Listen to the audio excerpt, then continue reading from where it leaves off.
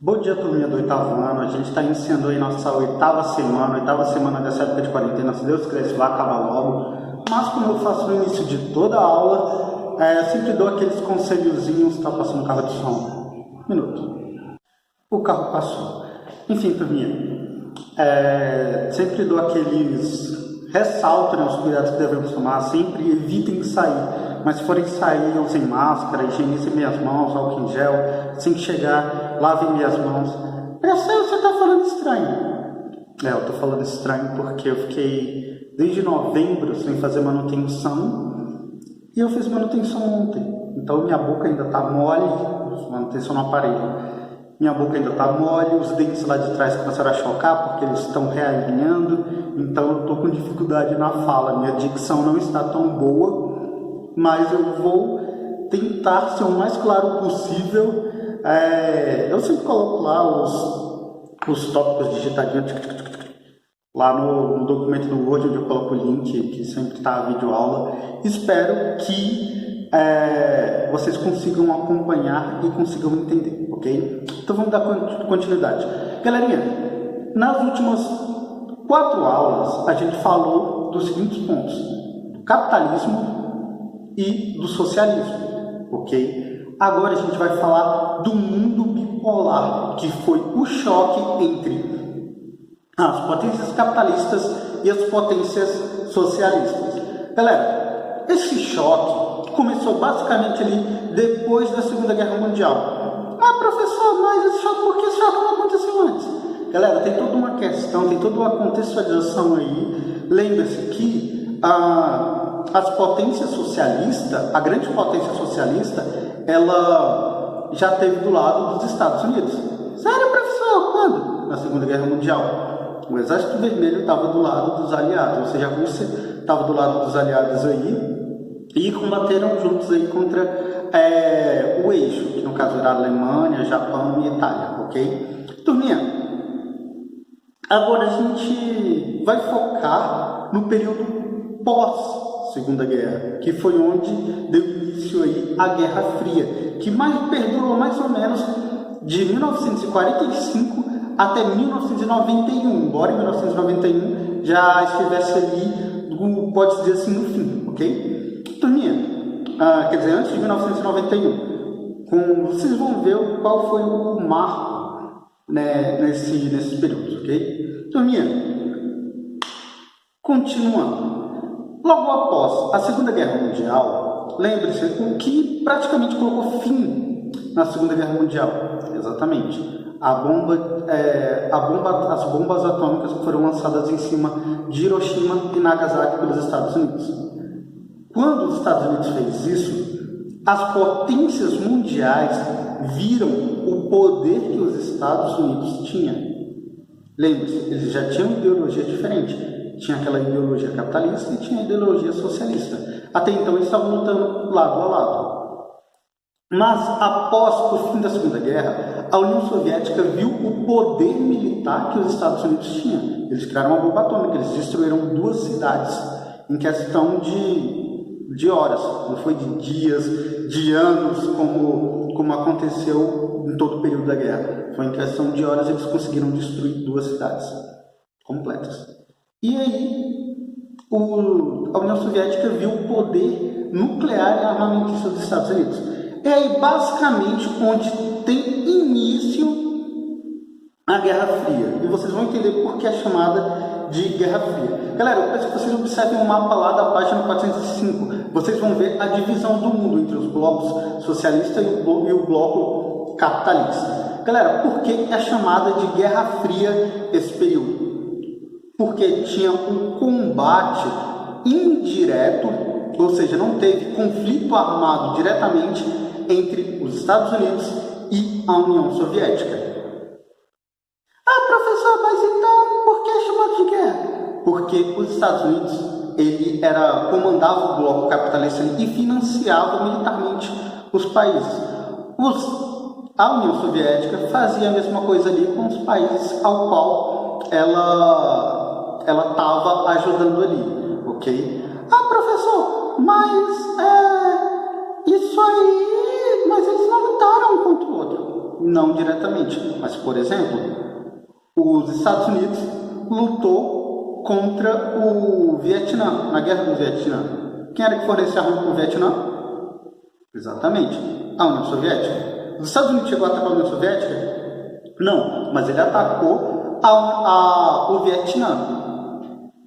Aí vocês lembram lá da... Eu até cito pra caramba, pra vocês, o filme Rambo 3. No Rambo 3, o Rambo, o personagem principal, que vai ser Stallone, ele tá lutando onde? No Afeganistão. Quem é que tá do lado do Afeganistão fornecendo arma para eles? União Soviética. Rambo 2, a missão. O cara tá lá no meio do Vietnã, lutando. Quem é que tá fornecendo arma lá para a galera do Vietnã? União Soviética. Entende como tem... Geralmente esses filmes que foram feitos na década de 60 até a década de 80 ali, geralmente eles sempre têm alguma referência. Principalmente os filmes... Eu gosto de citar muito os filmes do Sylvester Stallone justamente por isso. Por exemplo, no Rock 4, que é quando eles lutam contra Ivan Drago. Tá lá, Apollo Creed, ele entra no ringue vestido de Tio Sam. E com quem ele vai lutar? Sim, com o russo, representante da União Soviética. Então tem várias referências aí, tanto no cinema, em livros, dessa Guerra Fria, ou seja, do combate indireto entre União Soviética e Estados Unidos. E isso foi muito grande, a ponto de entrar numa corrida armamentista. Os países, tanto do bloco socialista quanto do bloco capitalista, eles buscavam se armar. Professor, eles só buscavam armamento? Não. Aí foi onde entrou por aquela questão do domínio do espaço, que aí teve aquela corrida espacial, que com certeza vocês já ouviram falar. Aí você fala assim, professor, mas os Estados Unidos foi a primeira nação a ir para o espaço. Não! Os Estados Unidos foram os primeiros homens a pisar. A nação dos Estados Unidos foram os primeiros a pisarem em solo lunar. Mas não foram os primeiros a ir para o espaço. Justamente, antes disso, eles já tinham ido para o espaço, mas foi quem? A União Soviética. A União Soviética já tinha enviado foguetes, satélites e, se não me engano, até um cachorro para o espaço. E os Estados Unidos? Os Estados Unidos quis inovar. Beleza, seremos os primeiros homens a pisar na Lua. Basicamente, meu malvado favorito. Eu vou roubar a Lua. Mais ou menos isso, entendeu? Então, os Estados Unidos quiseram inovar e lançaram os primeiros homens à Lua. O que eles fizeram lá?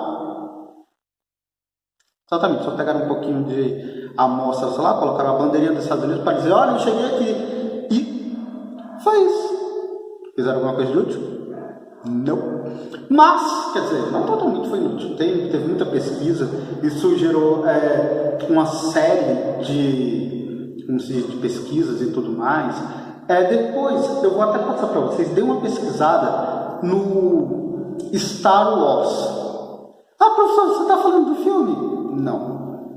Star Wars, muitos falam que é a teoria da conspiração. Já tinha tido Guerra pelos Mares, na época mercantilista, Guerra pelo Solo, na época das Grandes Guerras Mundiais, Guerra Aérea, na época da Segunda Guerra Mundial, que foi quando os aviões começaram a ser introduzidos, mas nunca tinha tido uma guerra espacial. Turminha, o nome Star Wars é porque a União Soviética planejava atacar a capital dos Estados Unidos, Washington, por um míssil teleguiado, mas o míssil não iria pela nossa estratosfera. Ela sairia da órbita do planeta e iria direto. Ou seja, ela iria pelo espaço, ok? E sairia da atmosfera terrestre, esse míssil, e atacaria os Estados Unidos. Explodiria a capital dos Estados Unidos. Isso só não aconteceu porque parece que esse plano acabou vazando e a União Soviética ficou com medo dos Estados Unidos usar o mesmo projeto e rastrear o rastro do míssil e atacar eles também.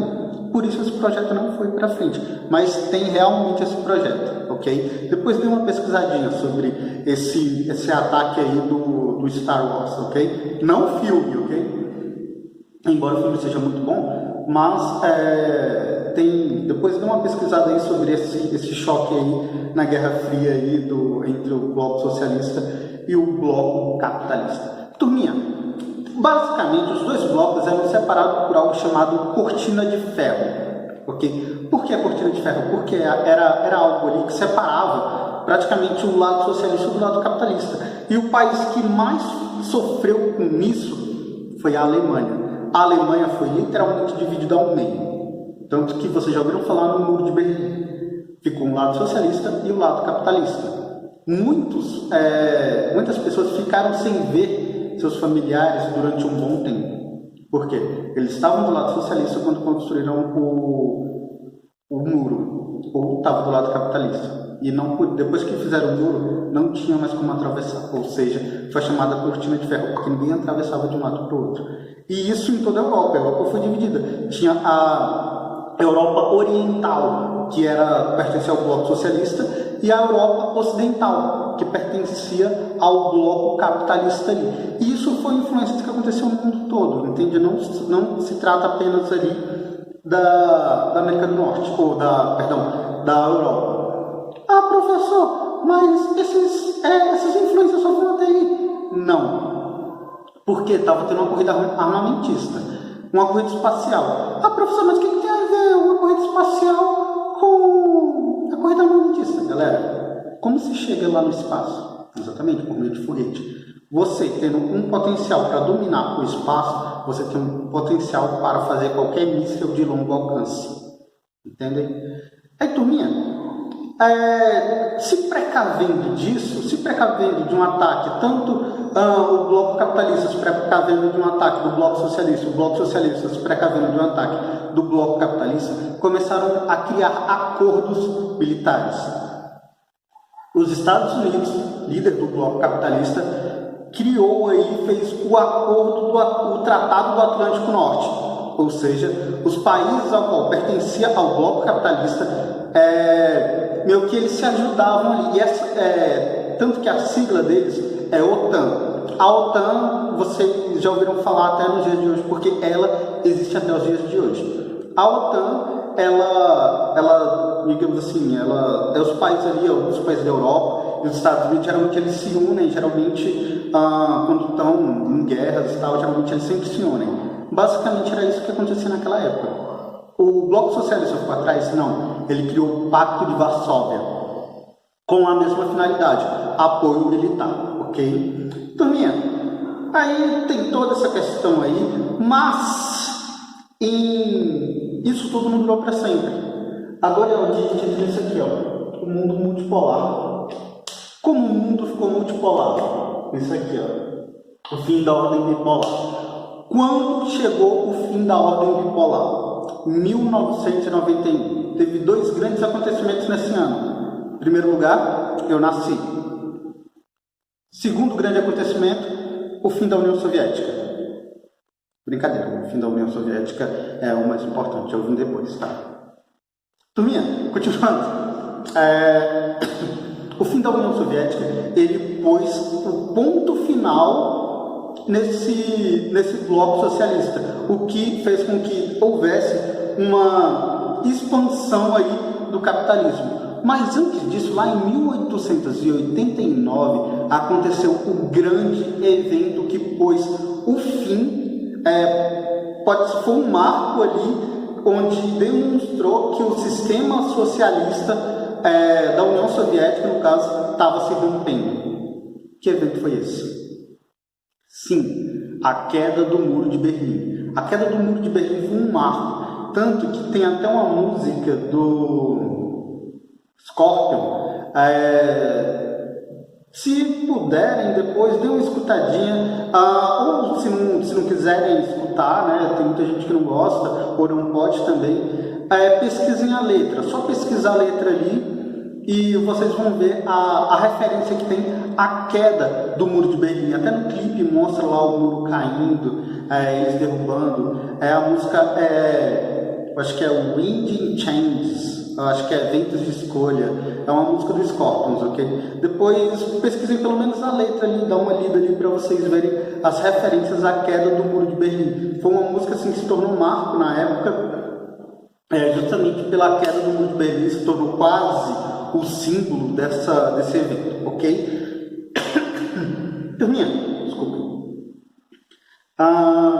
Com a dissolução da União Soviética em 1991, teve uma expansão aí do capitalismo. Então, muitos países que já pertenciam ao bloco capitalista continuaram e outros acabaram se anexando. Por quê? Porque viram que dava para ter um investimento maior.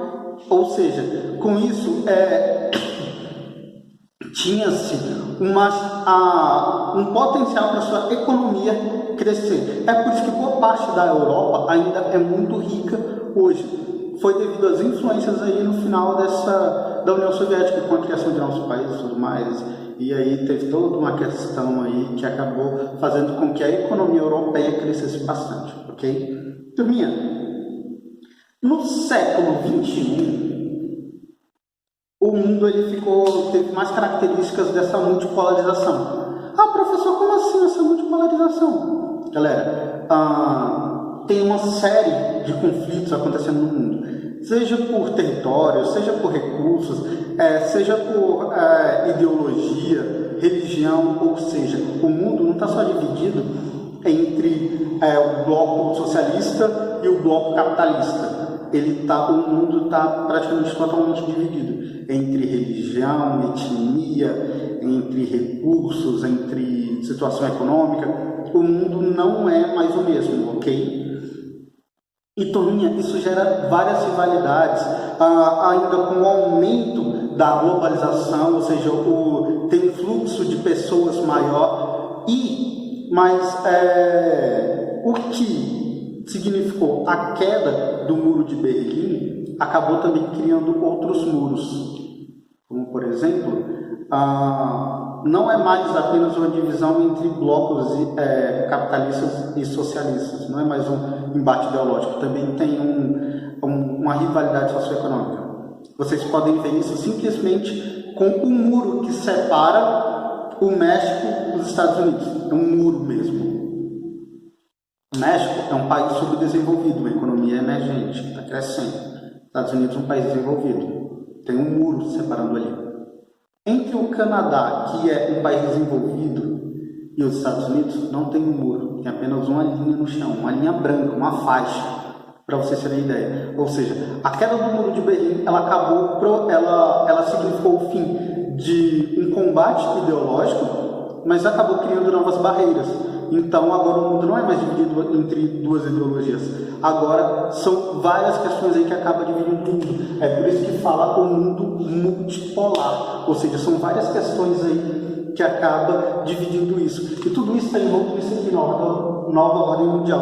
Professor, eu já vi isso aí nessa questão religiosa. Galera, sempre tem aquelas teorias da conspiração que falam que a nova ordem mundial é a ascensão do anticristo e tudo mais, mas isso vai da fé de cada um, vai do entendimento de cada um, vai da crença de cada um, ok? Mas no caso de geografia histórica, da questão histórica geográfica, a nova ordem mundial já trata desse novo modelo aí globalizado do mundo. O mundo está todo conectado, tanto pelos principais fluxos, mercadorias, pessoas, capitais, enfim, transporte. O mundo está todo interligado. Isso faz com que, se um país ele ruir, ele pode ter certeza que outros países vão acabar sofrendo também. Isso mostra o quê? Referência ao mundo multipolar. O mundo está dividido não em duas potências, mas em várias pequenas, às vezes dentro de um mesmo bloco, de um mesmo país, há várias guerras civis ali dentro. Ou seja, o mundo ele não está com duas ideologias, ele está com várias ideologias e boa parte delas estão se confrontando nessa nova ordem mundial. Ok? Turminha, o que a gente tinha para hoje era isso. Eu deixo a atividade da página 407 e 408 aí para vocês. Então fiquem bem e até a próxima.